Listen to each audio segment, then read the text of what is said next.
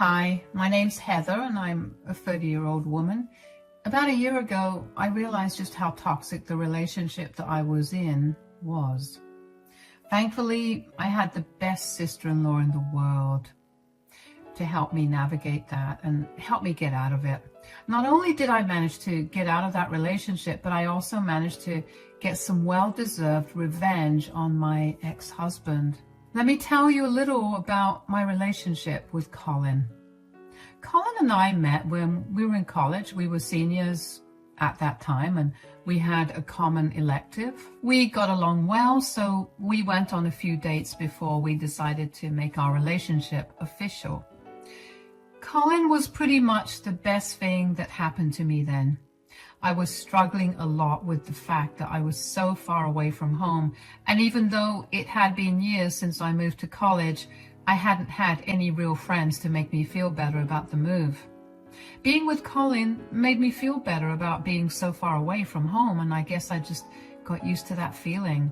I never wanted to go back to feeling alone, so even when things between us got bad, I continued to stay with him.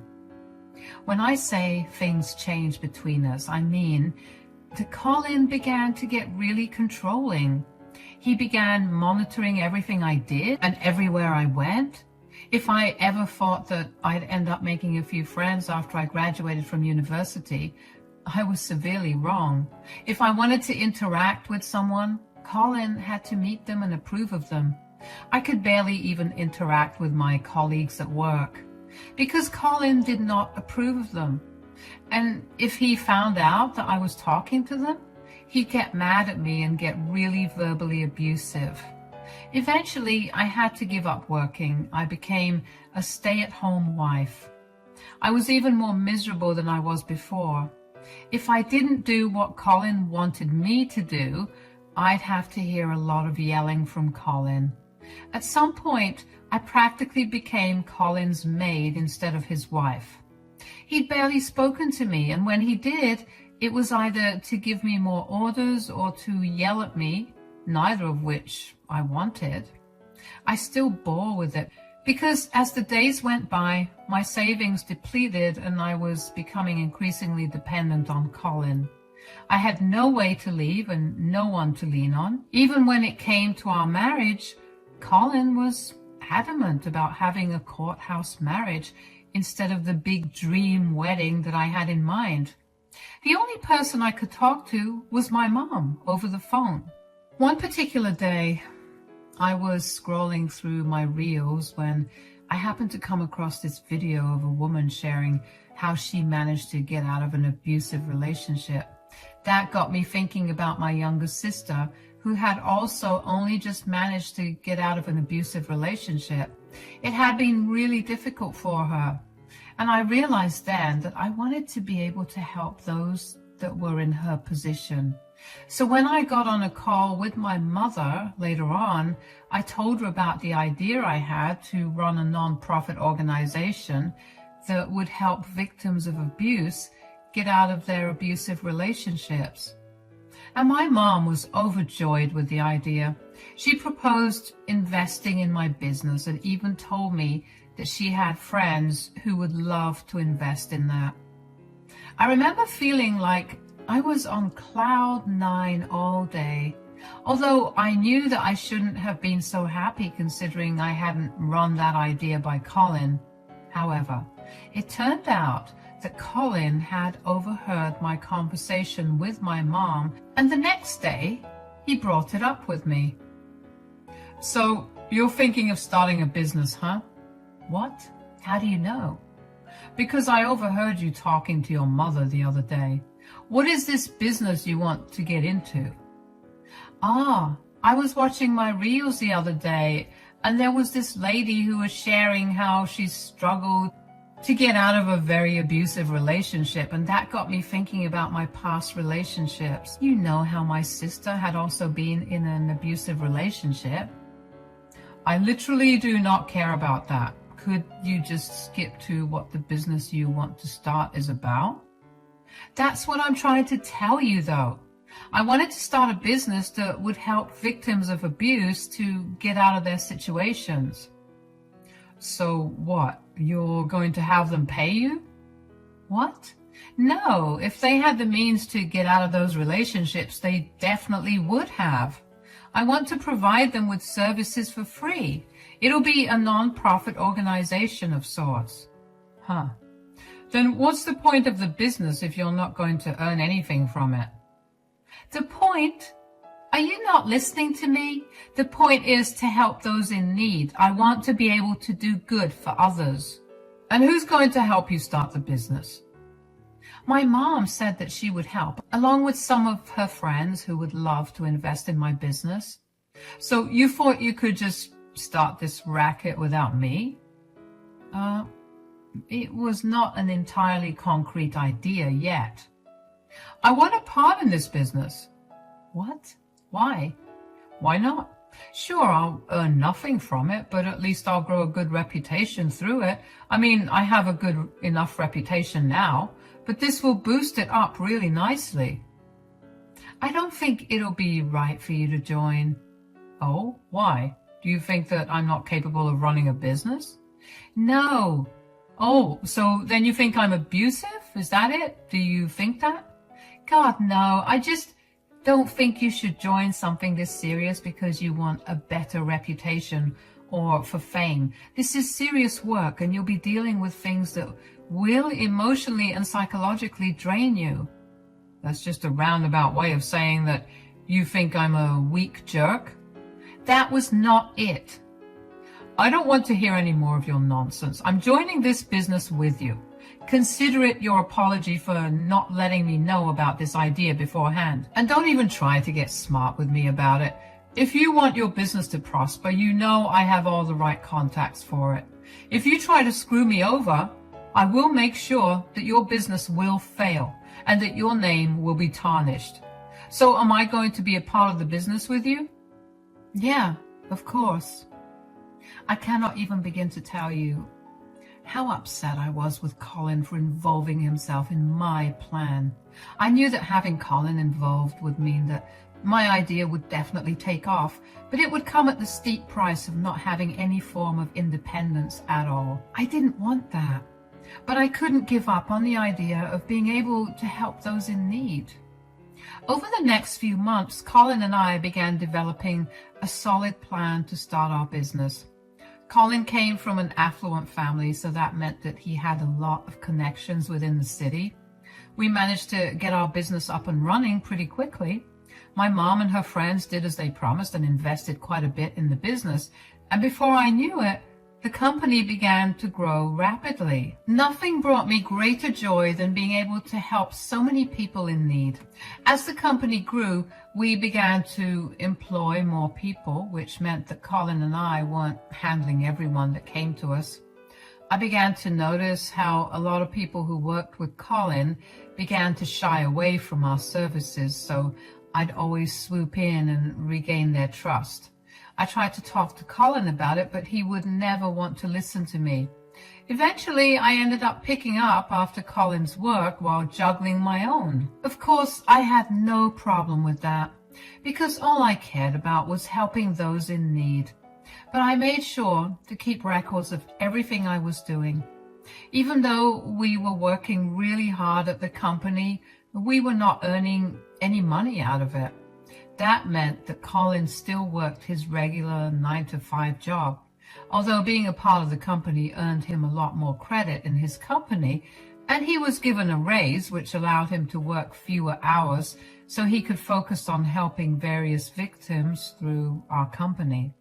Even so, Colin would come home exhausted every day.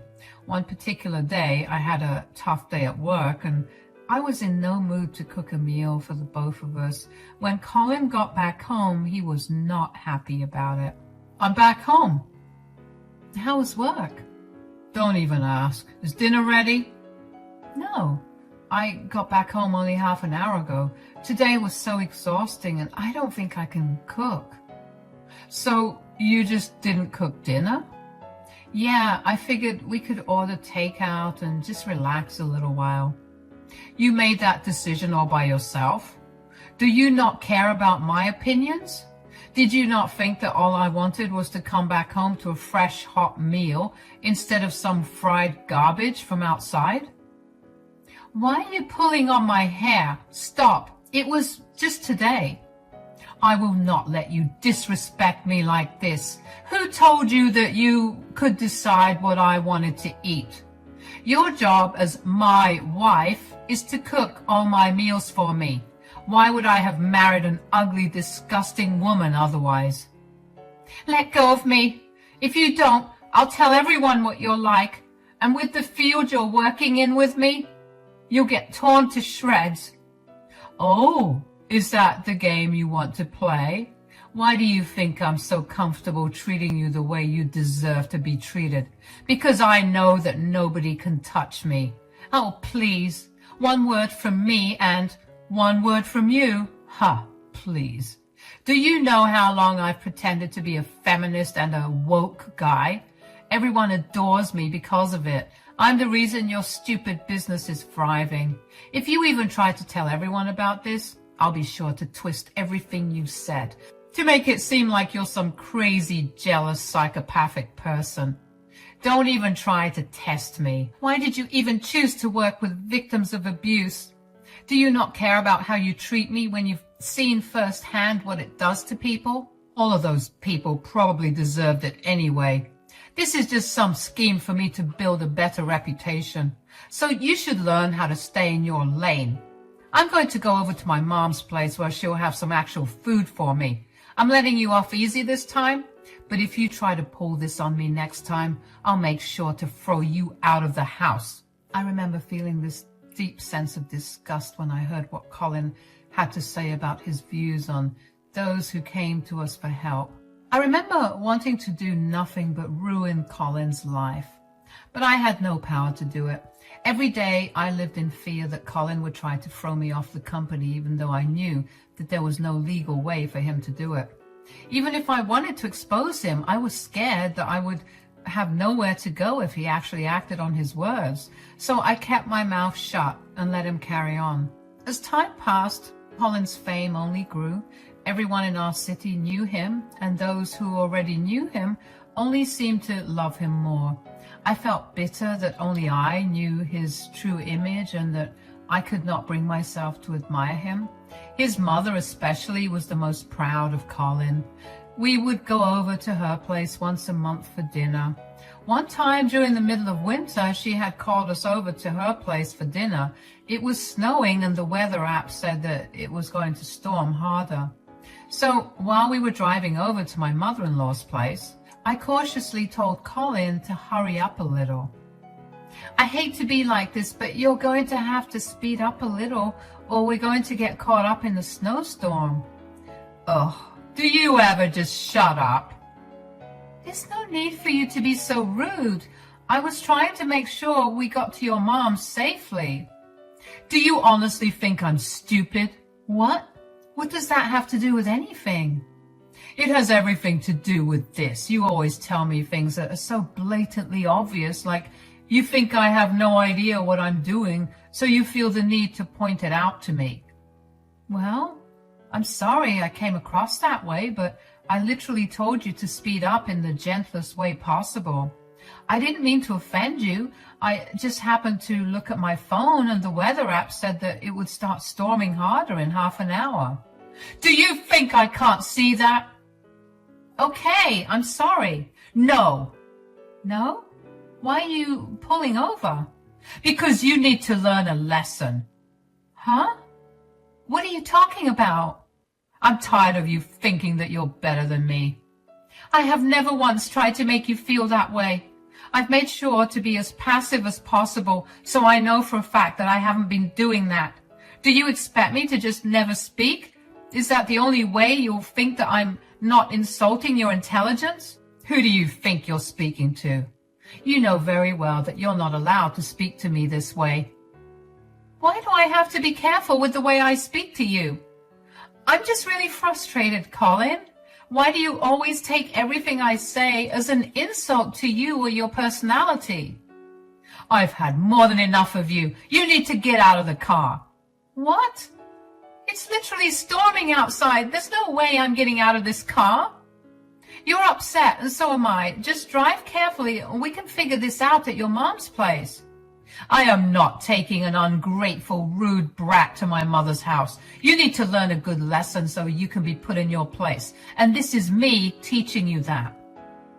You think my lesson is to freeze in the snow? Absolutely. Get out of my car. No way. I'm sitting here. You can either drive or we'll just sit here on the side of the road until the storm blows over. I'm not letting that happen. Why are you getting out of the car? Come back. Colin trudged over to my side, threw my door open, grabbed my arm and yanked me out of the car. I was shocked, and before I could even react, he got back in the car and drove off. Once I recovered from the shock, I realized that I had my phone on me, so I could try to contact him. However, my phone was dead. I was in the middle of nowhere, in the middle of a storm, with no help for miles. All the dread and anxiety I felt slowly settled into acceptance of my fate. I made myself comfortable by the side of the highway and waited to see how long I would last there. I stared at nothing for almost an hour before someone walked up to me. Excuse me, are you all right? Not really. Heather? Daniela? What are you doing here? It's snowing like crazy. Why are you out in the middle of nowhere? Where's Colin? There's a funny story regarding that. Where is Colin? Tell me that first. He's at your mom's place, I'm guessing. So why are you here? Well, he left me here. What? What do you mean? We got into a pointless argument in the car. Colin got mad and decided he needed to teach me a lesson to put me in my place. What? What are you saying? Isn't Colin really passionate about treating women equally and with respect? That apparently applies to every woman but his own wife. Wait, so this has been going on for a while. I'm so sorry. I sound a little stupid right now, but this is a little mind-blowing to me. No, I get it. I see what he does on a daily basis at work, so even I would be shocked to hear that this was his real side. But yes, he's been this way since the start, really. Then why would he want to co-own the business you two have? I mean, you only started the business because you were passionate about helping women and other victims of abuse.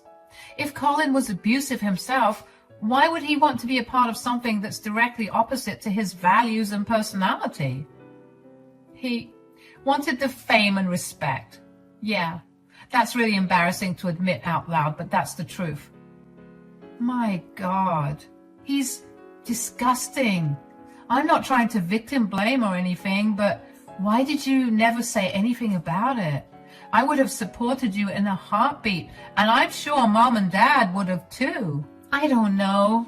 I would threaten Colin by telling him that I would expose him, but he would laugh in my face and tell me that he spent his entire life rebuilding a reputation around being for women, so no one would believe my claims. He told me that if I ever did something like that, he would twist my words and tell everyone that I was a jealous psychopath. And since he had a better reputation, everyone would believe him. I guess I was just too scared. My God, that's so ironic considering this is exactly what I help people with. Hey, don't be so hard on yourself. If all the heroes are busy saving everyone, who's saving the heroes? I'm hardly a hero. You're definitely a hero to the thousands of lives you've saved through your work. It's only a pity that Colin happened to be a part of it. But you have nothing to worry about. I'm going to help you get away from him without losing anything. What do you mean? What I'm saying is that we're going to teach Colin a lesson in respect, and we're going to put him in his place for being an abusive jerk. We're going to tell everyone about his true colors and let them deal with him. So you have your hands clean and you'll also have your business. I don't know. Look, I know this is hard for you to digest because Colin is your business partner and your husband, but he's also my brother. Other than being his sister, I'm also a woman, and you can't even begin to imagine the mix of emotions I'm feeling about things Colin has done to you. But mostly I feel angry, like pure unbridled rage. I want nothing but justice for you, so please let me help you out. I really appreciate your help, Daniela, but I have no idea what to do or where to begin. Don't worry about that. I'll take care of it. For now, let's get you to the hospital to make sure you didn't catch anything or get hurt. And then we'll go back to my place. But your mom's dinner. Don't worry. I'll tell her I have some emergency meeting, so I can't make it. Come on, let's get going. I remember feeling pretty disoriented partway through the conversation, so I was more than glad to follow Daniela back into her car, where she gradually turned the heat up to help me feel better. We got to the hospital pretty quickly, but other than a tinge of hypothermia, which was easily fixed with a little heat, I was completely okay. After that, Daniela took me back to her place where she had me produce file after file of my work in the company. She asked me if I had any proof of Colin's abuse, and since there are security cameras all over the company, I had tons of evidence. Daniela told me that she had a friend who was desperate for a big cover story at the journalist firm he was working at, so she would give him the information on Colin. I was very nervous about what would happen to Colin, but at the same time, I couldn't help but feel excited to see how he would react. While I waited for Colin to figure out what happened, Daniela offered me her place to stay until I found a place of my own to live. I didn't have to wait long for Colin to find out what happened because he called me the very next day. Turns out the news made big headlines. Colin had been a beloved figure in the city, so the claim, along with the proof of his behavior, was enough to ruin Colin's reputation. When I picked up Colin's call, he immediately started the conversation off with yelling. "What did you do?" "Hello, Colin. I'm doing pretty good. What about you?" "I don't have time for your stupid sarcasm, Heather. Did you feed the press a bunch of lies about me?" "I have no idea what you're talking about." "Don't even try to play with me. You're the only one who knew that I had said all those things." "So, everything the news is covering isn't lies?" "Don't be a smart aleck with me right now. Why would you do something so horrifying to me?" "You've been horrible to me for the entirety of our marriage. You joined my company because you wanted to profit off of it. I feel like you've done way more horrifying things than this." "Profit? Oh, please, that business wasn't bringing in any money." "Yes, that was the point. But you didn't join for the money. You joined to get recognized and gain the respect of everyone in our city. Even though you saw all the horrifying things that people have gone through at the hands of their abusers, you still treated me like I was a piece of trash. Did it never occur to you that fame is a double-edged sword? So you think just because I have some fame now, you can throw around some baseless accusations against me to bring me down? Do you even know how hard I work to build up the reputation I have? I can sue you for defamation." "Wait, do you even know what the word defamation means?" "You don't have to dumb things down for me. And I did not do anything against you, Colin. Everything being said in the news is not baseless. If you, maybe, paid a little more attention to what they were showing on the TV, you'd see text screenshots and audio recordings of all the nasty, degrading things you've said to me. That reputation you worked so hard to build is non-existent now. You can try to sue me, but you have to prove that I approached the press with the claims against you. And even if you do, you have to prove that the evidence against you is also false." "You think I can't do that? I'll hire the best lawyers in all America if I have to." "Oh, you could definitely do that, but in that time, I'll have divorced you. You will have been kicked off the company and your reputation will be so tarnished that it'll be a while before you'll be able to bounce back to where you are now." "You stupid pig. You did all of this just because I threw you out of my car yesterday." "No, I was just trying to teach you a lesson so I could put you in your place. All the best with the future, Colin. This conversation is not over. Bye, Colin. Cutting the call on Colin never felt so good as it did that day. Colin tried to call me back over and over again after that, but I refused to answer his calls. Instead, I just watched as the media tore him apart. Suddenly, more people began coming forward and telling their stories of their questionable experiences with Colin. Apparently, he'd been very rash and rude with a lot of people who had come to us for help. And the only reason they accepted our help was because I was there to sort things out, and I treated them right. Colin's reputation in our city went downhill really fast after that. Everybody knew of him and his deeds. He got what he wanted the most, fame and attention, but all for the wrong reasons. The board of directors at my company decided we needed to let Colin go, and Colin's other company ended up letting him go as well. Given his new reputation, he was definitely not going to be able to get a job in our city anytime soon. Colin was obviously very, very angry about everything that happened, but I blocked him, so I didn't have to know anything about his anger. I continued to stay with Daniela, who helped me find a good lawyer to file my divorce with. Colin eventually figured out that Daniela had been helping me, and he raced over to her place to give her a piece of his mind. He found me there, but thankfully Daniela quickly shut the door on him before he could step foot in the house. The look in his eyes was genuinely terrifying, so I'm glad that Daniela acted quickly. However, just because Daniela stopped him that day, it didn't mean that Colin was going to leave me alone in general. Colin tried his best to get in contact with me every single day. Every time he saw me, he would run over to me and get in my face before yelling all sorts of profanities in my face and telling me how I had ruined his life. It got to a point where I couldn't leave my house without worrying for my safety. After a lot of consideration and deliberation, my lawyer and I filed for a restraining order during the course of the divorce. Thankfully, that stopped Colin from harassing me constantly. The divorce was difficult, to say the least. Colin tried to sue me for defamation, but like I said, I had no contact with the media, and I did nothing to sabotage his reputation.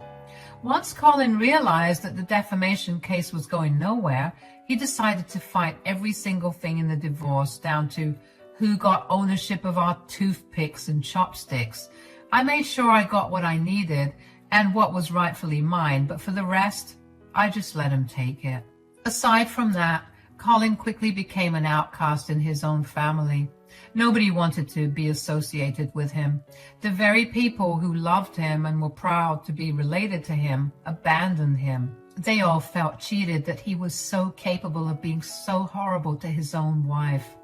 They reached out to me and apologized profusely for not seeing any warning signs.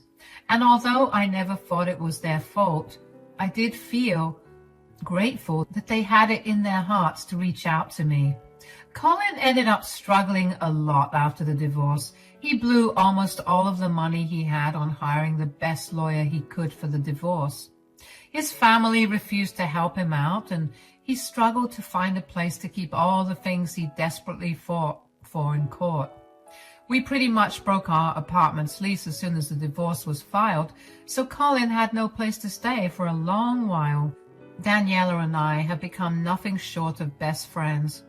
I found a good paying job and moved out of Daniela's place after staying with her for 2 months out of sheer fear that Colin might do something to me. But the divorce was finalized 2 weeks ago, so Daniela and I had gone out to celebrate. We meet up quite frequently, and I'm glad that Colin's actions did not ruin my relationship with her. I managed to also get a permanent restraining order against Colin, so I sleep a lot better at night now. Things are finally looking up for me, and I'm so excited to see where life is going to take me from here on out. Thank you for listening to my story.